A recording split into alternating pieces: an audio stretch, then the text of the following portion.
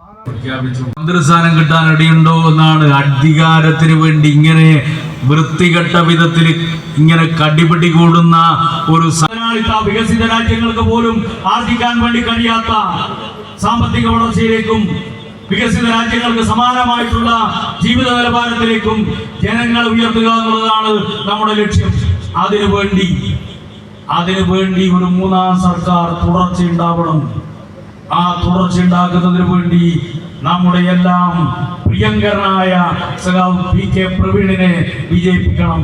അതിന് ഈ നാടിന്റെ വികസന തുടർച്ചയ്ക്ക് ഈ നാടാകെ ഒറ്റക്കെട്ടായി മുന്നോട്ടേക്ക് വരണമെന്ന് മാത്രം പറഞ്ഞുകൊണ്ട് ഈ മണ്ഡലം കൺവെൻഷൻ ഉദ്ഘാടനം ചെയ്ത് അറിയിച്ചുകൊണ്ട് ഞാൻ അവസാനിപ്പിക്കുന്നു. അഭിവാദ്യം.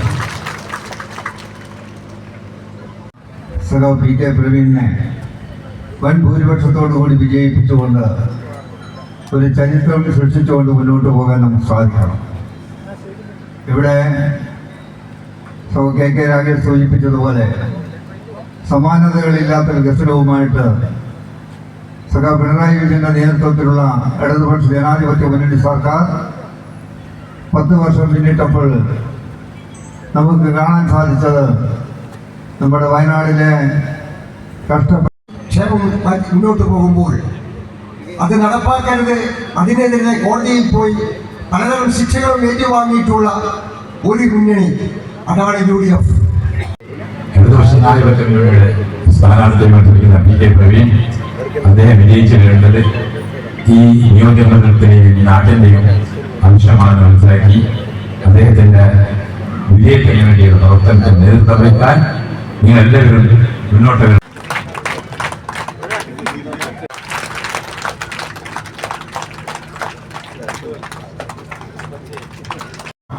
ശ്രീ KP മോഹനേട്ടൻ MLA പനോളി മത്സരത്തിൽ ഇടതുപക്ഷ ജനാധിപത്യ മുന്നണിയുടെ പ്രതിനിധിയാണ് ഞാൻ മത്സരിക്കുന്നത്. എന്റെ ചിഹ്നം റാന്തൽ ചിഹ്നമാണ്. നിങ്ങൾ ഒറ്റക്കെട്ടായി നിന്നുകൊണ്ട് കൂടിച്ചേർന്നുകൊണ്ട് എന്നെ ഉദ്ദേശിക്കുന്ന വ്യക്തിയല്ല, ഇടതുപക്ഷ ജനാധിപത്യ മുന്നണിയുടെ പ്രതിനിധിയെ നിയമസഭയിൽ എത്തിക്കണമെന്ന് മാത്രം പറഞ്ഞുകൊണ്ട് ഇതിന് എല്ലാവിധ അഭിവാദ്യങ്ങളും അർപ്പിച്ചുകൊണ്ട് ഞാൻ നിർത്തുന്നു.